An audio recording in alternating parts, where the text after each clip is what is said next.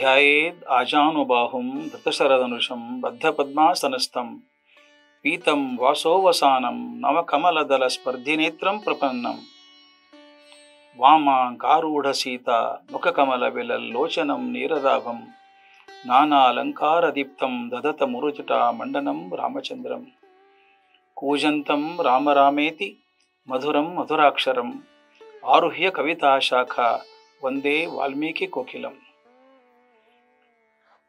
ರಾಮಾಯಣ ಅನ್ನುವಂಥದ್ದು ಭಾರತದ ಜನತೆಗೆ, ಭಾರತದ ಸಂಸ್ಕೃತಿಯನ್ನು ತಿಳಿದಂಥ ಜನರಿಗೆ ಒಂದು ಅತ್ಯಂತ ಉತ್ತಮವಾದ ಗ್ರಂಥ, ಪಾರಾಯಣ ಗ್ರಂಥ.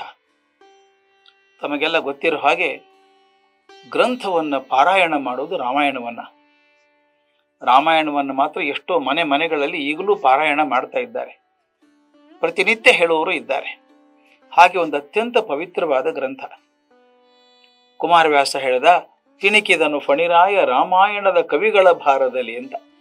ರಾಮಾಯಣದ ಭಾರ ಅಲ್ಲ, ರಾಮಾಯಣದ ಕವಿಗಳ ಭಾರದಲ್ಲಿ ಆದಿಶೇಷ ಇದ್ದಾನಲ್ಲ, ಭೂಮಿ ಹೊತ್ತವನು, ಅವನು ಗೋಣು ಆಗ್ಬಿಡುತ್ತಂತೆ. ತಿಣಿಕಿದನು ಫಣಿರಾಯ ಅಂದ್ರೆ ಆದಿಶೇಷ. ಯಾವ್ದ್ರ ಭಾರಕ್ಕೆ? ರಾಮಾಯಣದ ಕವಿಗಳ ಭಾರದಲ್ಲಿ.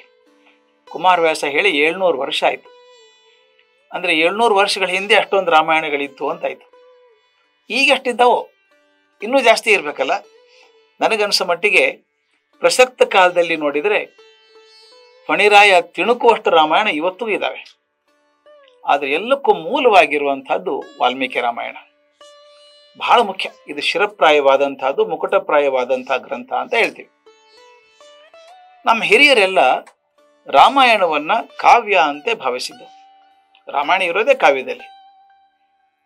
ಕಾವ್ಯ ಅಂದ ತಕ್ಷಣ ಕವಿ ಸಮಯ ಬರ್ತದೆ, ವರ್ಣನೆ ಬರ್ತದೆ, ಕಲ್ಪನೆ ಬರ್ತದೆ, ಶಬ್ದಾರ್ಥ ಅಲಂಕಾರಗಳು ಬರ್ತವೆ. ಇವೆಲ್ಲ ಇದ್ರೂ ಕೂಡ ಇದು ರಾಮನ ಚರಿತ್ರೆ, ಸೀತೆ ಚರಿತ್ರೆ ಅಂತ ಜನ ಓದೋದ್ರಿಂದ ಇದು ಬರೀ ಕಾವ್ಯ ಅಂತ ತಗೊಳ್ಳಿಲ್ಲ ಜನ. ಇದನ್ನ ಕಾವ್ಯದಲ್ಲಿದ್ರೂ ಕೂಡ ಇತಿಹಾಸ ಸಿದ್ಧವಾದದ್ದು ಅಂತ ಬಹಳ ಸ್ವಲ್ಪ ಹೇಳಬೇಕಾಗತ್ತೆ. ಅದನ್ನು ಕಾವ್ಯಕ್ಕೂ ಇತಿಹಾಸಕ್ಕೂ ವ್ಯತ್ಯಾಸ ಇರುತ್ತೆ. ಕಾವ್ಯ ರೊಮ್ಯಾಂಟಿಕ್ ಆಗಿ ಏನಾದರೂ ಹೇಳ್ಬಿಡ್ಬೋದು, ಕವಿ ಸಮಯ ಏನಾದರೂ ವರ್ಣನೆ ಮಾಡಬಹುದು. ನಾವು ದೊಡ್ಡ ದೊಡ್ಡ ಕವಿಗಳ ಹಾಡುಗಳನ್ನೇ ಕೇಳಿದ್ದೀವಿ. ಕವಿಗಳಲ್ಲಿ ಉತ್ಪ್ರೇಕ್ಷೆ ಇರುತ್ತೆ, ಅಲಂಕಾರ ಇರುತ್ತೆ, ವರ್ಣನೆ ಹೆಚ್ಚಾಗಿರುತ್ತೆ. ಇತಿಹಾಸ ಹಾಗಿರೋಲ್ಲ. ಇತಿಹಾಸ ಅಂತ ಪದ ಹೇಳೋದು ಹೇಗೆ ಅಂದರೆ, ಇತಿಹಾಸ ಹಿಂಗೆ ಆಯಿತು, ಏನಾಗಿತ್ತು ಅದನ್ನು ದಾಖಲೆ ಮಾಡೋದು ಇತಿಹಾಸದ ಕೆಲಸ. ಇತಿಹಾಸ ಕಾವ್ಯ ಆದಾಗ ತುಂಬ ವರ್ಣನೆ ಮಾಡ್ತೀವಿ. ಎಷ್ಟರ ಮಟ್ಟಿಗೆ ವರ್ಣನೆ ಮಾಡ್ತೀವಿ? ನಂಬೋಕೆ ಸಾಧ್ಯ ಇಲ್ಲದಷ್ಟು ವರ್ಣನೆ ಮಾಡಿಬಿಡ್ತೀವಿ.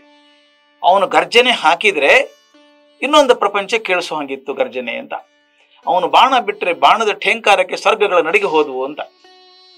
ವರ್ಣನೆ, ಕವಿ ಸಮಯ ವರ್ಣನೆ ಬೇಕಾಗತ್ತೆ, ಕಾವ್ಯದಲ್ಲಿ ಬೇಕಾಗತ್ತೆ, ಇತಿಹಾಸದಲ್ಲಿ ವರ್ಣನೆ ಬೇಕಾಗಿಲ್ಲ. ಹಾಗಾದ್ರೆ ಇದು ಯಾವುದು? ಅದಕ್ಕೆ ಹೇಳ್ತಾರೆ ಇತಿಹಾಸ ಸಿದ್ಧವಾದ ಕಾವ್ಯ ಅಂತ. ಇತಿಹಾಸ ಬಿಟ್ಟದ್ದಲ್ಲ, ಕಾವ್ಯದಲ್ಲಿದ್ರೂ ಕೂಡ ಇತಿಹಾಸದ ಮೇಲೆ ಇರುವಂಥದ್ದು. ಮತ್ತೆ ಇನ್ನೊಂದು, ರಾಮ ಯಾರು? ಬರೀ ನಮ್ಮ ಪ್ರಕಾರ ಒಬ್ಬ ಮನುಷ್ಯ ಅಲ್ಲ. ನಮ್ಮ ಜನಮಾನಸದಲ್ಲಿ ಹೇಗೆ ರಾಮ ಕೂತಿದ್ದಾನೆ ಅಂದ್ರೆ, ಅವನೊಬ್ಬ ಮನುಷ್ಯ ಅಲ್ಲ, ಅವತಾರ ಪುರುಷ. ಜಗತ್ತಿನ ಉದ್ಧಾರಕ್ಕೋಸ್ಕರ ಮೇಲಿಂದ ಕೆಳಗಿಳದಂತ ಬಂದಂತ ಭಗವಂತ. ಆದ್ರೂ ಕೂಡ ವಿಗ್ರಹವಾನ್ ಧರ್ಮ ಅಂತ ಹೇಳ್ತಾರೆ. ಅವನ ಮನುಷ್ಯನೇ, ಅವನು ವಿಗ್ರಹವಾನ್ ಧರ್ಮ, ಧರ್ಮದ ಒಂದು ರೂಪದಲ್ಲಿ ಇದ್ದ ಅವನು ಅಂತ. ಅವನ ದೇಹ ಇದೆಯಲ್ಲ, ಆಕಾರ, ಅದು ಧರ್ಮದ ಆಕಾರ. ಅಂದ್ರೆ ಒಬ್ಬ ಮನುಷ್ಯ ಧರ್ಮವನ್ನ ಮೂರ್ತಿವೆತ್ತು ಬಂದ ಹಾಗೆ ಇದ್ದಂಥ ರಾಮ ಒಬ್ಬ ಮನುಷ್ಯನೇ, ಆದ್ರೆ ಧಾರ್ಮಿಕನಾಗಿದ್ದ. ಅವನ ದೇಹ, ಅವನ ಚರ್ಯೆ ಎಲ್ಲವೂ ಕೂಡ ಧಾರ್ಮಿಕವಾಗಿತ್ತು ಅಂತ ನಂಬುವಂಥದ್ದು. ಅವನ ಸುಂದರ ಜೀವನದ ಪ್ರಯಾಣವನ್ನ ತಮ್ಮ ಜೊತೆಗೆ ಹಂಚ್ಕೋಬೇಕು ಅಂತ ತೀರ್ಮಾನ ಮಾಡಿಕೊಂಡಿದ್ದೇನೆ. ಕೆಲವು ಅರಿಕೆಗಳನ್ನು ಮಾಡ್ಕೋಬೇಕು ನಾನು ಮಾಡುವಾಗ. ಏನು? ಈ ಭಾರತದ ಜನಸಾಮಾನ್ಯರಲ್ಲಿ ವಿಸ್ತಾರವಾಗಿ ಹರಡಿ ಹೋಗಿರುವಂಥ ರಾಮನ ಜೀವನವನ್ನ ನಿಮ್ಮ ಮನಸ್ಸಿಗೆ ಮುಟ್ಟುವ ಹಾಗೆ ಹೇಳುವಂಥ ಕೌಶಲ್ಯ ನನಗಿಲ್ಲ, ಆ ಭಾಷೆ ನನಗಿಲ್ಲ, ಅಷ್ಟು ಆಳದ ಚಿಂತನೆ ನನ್ನಲ್ಲಿಲ್ಲ.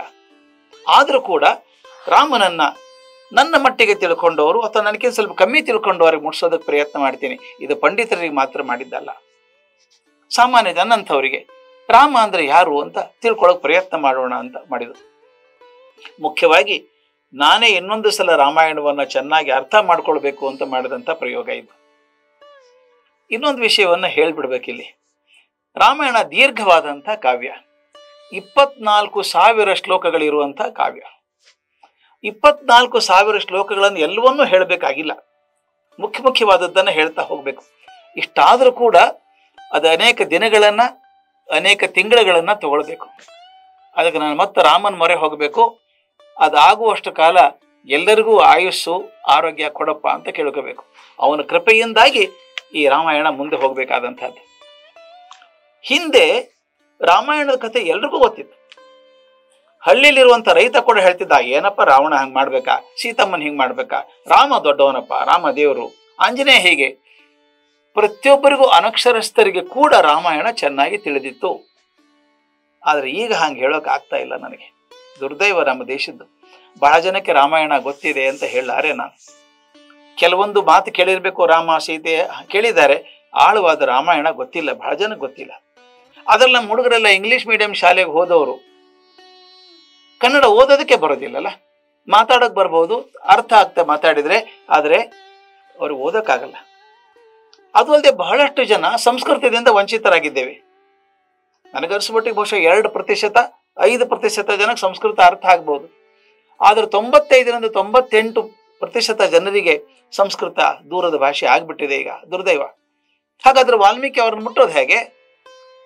ಹೀಗಾಗಿ ಓದಕ್ಕೆ ಬರದೇ ಇದ್ದವರಿಗೆ, ಬಂದರೂ ಸಂಸ್ಕೃತ ಗೊತ್ತಿಲ್ಲದವರಿಗೆ ರಾಮಾಯಣದ ಕಥೆಯನ್ನು ಸ್ವಲ್ಪ ಸ್ಥೂಲವಾಗಿ ಆದರೂ ಮುಟ್ಟಿಸ್ಬೇಕು ಅನ್ನೋ ಒಂದು ಆಸೆ. ನಾನು ವರ್ಷಗಳ ಹಿಂದೆ ಒಂದು ಕಾಲೇಜಲ್ಲಿ ಪ್ರಿನ್ಸಿಪಾಲ್ ಆಗಿದ್ದೆ. ಆದಾಗ ಒಂದು ದಿವಸ ನಮ್ಮ ಕನ್ನಡದ ಅಧ್ಯಾಪಕಿ ನನ್ನ ಕಡೆ ಬಂದರು. ಏನು ಸರ್, ನಮ್ಮ ಹುಡುಗರಿಗೆ ಏನೇನು ಗೊತ್ತಿಲ್ಲಲ್ಲ ಸರ್, ರಾಮಾಯಣ ಮಹಾಭಾರತ ಗೊತ್ತೇ ಇಲ್ಲಲ್ಲ, ಯಾಕೆ ಏನಾಯಿತು ಅಂತ ಕೇಳಿದೆ. ಒಂದು ಮಧ್ಯವಾರ್ಷಿಕ ಪರೀಕ್ಷೆ ಅಂತಿರುತ್ತಲ್ಲ, ಮಿಡ್ ಟರ್ಮ್ ಎಕ್ಸಾಮಿನೇಷನ್ ಅಂತ, ಅದಕ್ಕೊಂದು ಕ್ವಶನ್ ಪೇಪರ್ ಕೊಟ್ಟಿದ್ದಾರೆ. ಅದರಲ್ಲೊಂದು ಪ್ರಶ್ನೆ, ಮಹಾಭಾರತದ ಪ್ರಶ್ನೆ ಅದು.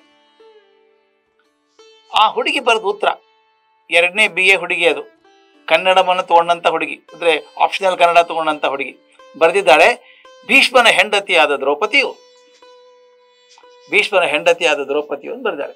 ಈ ಟೀಚರ್ ಹಣೆ ಬಡ್ಕೊಂಡ್ರು, ನೋಡಿ ಸರ್, 20 ವರ್ಷ ಹುಡುಗಿಗೆ ಭೀಷ್ಮ ಯಾರು ದ್ರೌಪದಿ ಯಾರು ಗೊತ್ತಿಲ್ಲಲ್ಲ ಸರ್, ಏನು ಹಣೆ ಬರ ಇದು ಅಂದರು. ನಾನು ಆಕೆನು ಬೈಯೋಲ್ಲ, ಆಕೆನು ಬೈಯೋಲ್ಲ. ಯಾಕಂದ್ರೆ 20 ವರ್ಷ ಆದರೂ ಆಕೆಗೆ ಭೀಷ್ಮ ದ್ರೌಪದಿ ಯಾರು ಅಂತ ಹೇಳಿಕೊಟ್ಟಿಲ್ಲ ಅಂದರೆ ಅದು ನಮ್ಮ ಸೋಲು ತಾನೇ. ಅದು ಮನೆಯಲ್ಲಿ ಹೇಳಿಕೊಟ್ಟಿರ್ತಾನೆ ಮಕ್ಕಳಿಗೆ ಗೊತ್ತಾಗೋದು. ಅಂದ್ರೆ ಮನೆಯಲ್ಲಿ ಆ ವಾತಾವರಣ ಇಲ್ಲ. ಹಾಗಾದ್ರೆ ಬರೋದು ಎಲ್ಲಿಂದ ಮಕ್ಕಳಿಗೆ? ಮಕ್ಕಳಿಗೆ ಸಂಸ್ಕೃತಿ ಇಲ್ಲ ಅಂತ ಟೀಕೆ ಮಾಡೋದು ಬಹಳ ಸುಲಭ. ಮಕ್ಕಳಿಗೆ ಸಂಸ್ಕೃತಿ ಇಲ್ಲ ಅಂತ ಹೇಳುವಾಗ ನಾವು ಕೊಡಲಿಲ್ಲ ಅನ್ನೋದು ಕೂಡ ಸತ್ಯ. ಈಗ ನಮಗೇನಾದರೂ ಒಂಚೂರು ಸಂಸ್ಕೃತಿ ಬಂದಿದ್ರೆ ನಮ್ಮ ಅಪ್ಪ ಅಮ್ಮ ಹಿರಿಯರು ಮನೆಯಲ್ಲಿ ಕೊಟ್ಟರು ಅಂತ ನಮಗೆ ಬಂತು. ನನ್ನ ಮಕ್ಕಳಿಗೆ ಬರಲಿಲ್ಲ ಅಂದರೆ ನಾನು ಕೊಡಲಿಲ್ಲ ಅಂತ ಅರ್ಥ ಆಗುತ್ತೆ. ಆ ಕಾರಣದಿಂದಾಗಿ ನನಗಿವತ್ತು ರಾಮಾಯಣದ ಬಗ್ಗೆ ಹೇಳುವ ಆಸೆ ಉಂಟು. ಅಂದರೆ ಕನ್ನಡವನ್ನು ಕೇಳಿ ತಿಳ್ಕೊಳ್ಳುವಂಥ ಮಕ್ಕಳಿಗಾಗಲಿ ಅಥವಾ ಹಿರಿಯರಿಗಾಗಲಿ, ಸಂಸ್ಕೃತ ಗೊತ್ತಿಲ್ಲದವರಿಗಾಗಲಿ ಇದ್ರ ಬಗ್ಗೆ ಒಂದು ಚೂರು ಆಸಕ್ತಿ ಹುಟ್ಟಿತು, ಅವ್ರಿಗೆ ಅದ್ರ ಬಗ್ಗೆ ರಾಮಾಯಣದ ಬಗ್ಗೆ ಒಂದು ರುಚಿ ಹತ್ತಿತ್ತು ಅನ್ನೋದೊಂದು ಆಸೆ. ಜನರ ನಂಬಿಕೆ ಏನು ಅನ್ನೋದು ನನಗೆ ಗೊತ್ತಿದೆ. ರಾಮಾಯಣ ಯಾಕೆ ಬಂತು? ರಾವಣನ ಉಪಟಳ ಹೆಚ್ಚಾಗ್ಬಿಡ್ತು, ಅನಾಹುತ ಆಯ್ತು. ಅವನ ಜಗತ್ತಿಗೆ ಒಂದು ಕಂಟಕನ ನಿಂತ್ಕೊಂಡ್ಬಿಟ್ಟ. ಅವನು ಎದುರಿಸೋರು ಯಾರು ಇಲ್ಲ.